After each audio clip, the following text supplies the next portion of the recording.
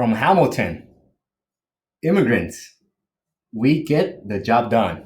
We sure do. And that's what we're going to do right now. So let's get to it. We're going to be talking about urbanization and immigration. That's what this chapter is all about. So, urbanization is the growth of cities, of course, and immigration is people coming over. So, we have a chart here from 1880 more or less to 1930, the amount of immigrants that were coming to the United States.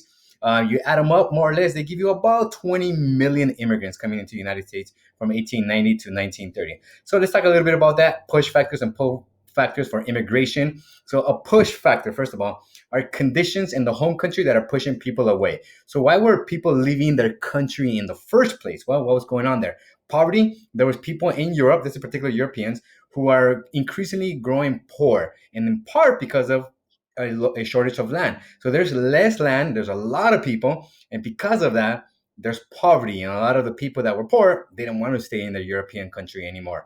There was also political instability, mainly in Prussia. So the Germans, who were ruled by the Prussians at that point, they left after a failed revolution. Italians also had a revolution right around that same time, the 1880s. So some of them also left because of that. They were being persecuted because of their political views as well. Religious persecution, in particular in Russia, the Jews were being persecuted in something called the pogroms. We'll see that in the next slide as well. But they were also leaving because of that. And then famine. There was a lot of countries that were shortage of food because of the growing population. So because of that, also people left their home country. Then there's also something called pull factors.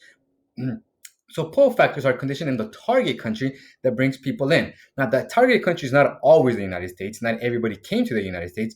They went to other locations as well. Now, some of the pull factors were education, for example. So people wanted their kids to get educated. Jobs. So the parents wanted a job, something that they didn't have in their home country. A better future, again, mainly for their kids through education. Freedom of religion. There were those who are being persecuted, mainly Jews and Catholics that are being persecuted in some European countries. And freedom of conscription. Conscription is the draft. So in, for example, Prussia, Germans were required to join the army and they didn't want to. So this is another reason why they came to the United States. So that was the push and pull factors. Now, certain Europeans also didn't want to come to stay. They just wanted to come, make some money, and then go back to Europe. That's called birds of passage. And we'll see this again with the Asian immigrants as well. Between 1870 and 1920, again, about 20 million Europeans came. And then again, we'll look at the Asian immigrations later. Pogroms in Russia because of Russia were persecuting the Jews. So the pogroms were a systematic form of trying to get rid of the Jews from Russia. Now, in order for immigrants to come over, crossing the Atlantic Ocean from Europe, they had to go through a steamboat. It usually took them about a week to get here. And usually they were aboard the steerage, which is the lowest compartment of the ship. It was horrible conditions, overcrowded, diseases, the bunks infected with lice. They had to share toilets. So because of that as well, in part, hundreds of people did die along the way in the 1880s.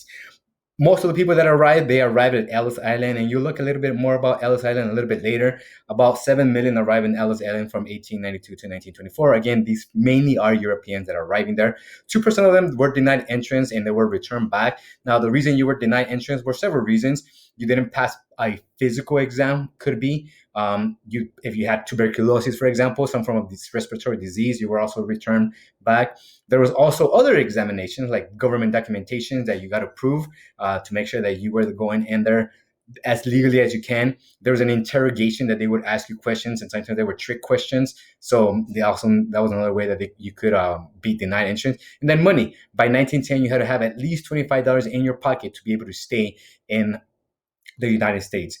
There were other issues in particular with gender inequality, of how women were left behind because they needed a male sponsor in order to be able to be allowed into the United States. Now, there was a lot of immigrants that are coming, and so that sparked something called the anti-immigration sentiment.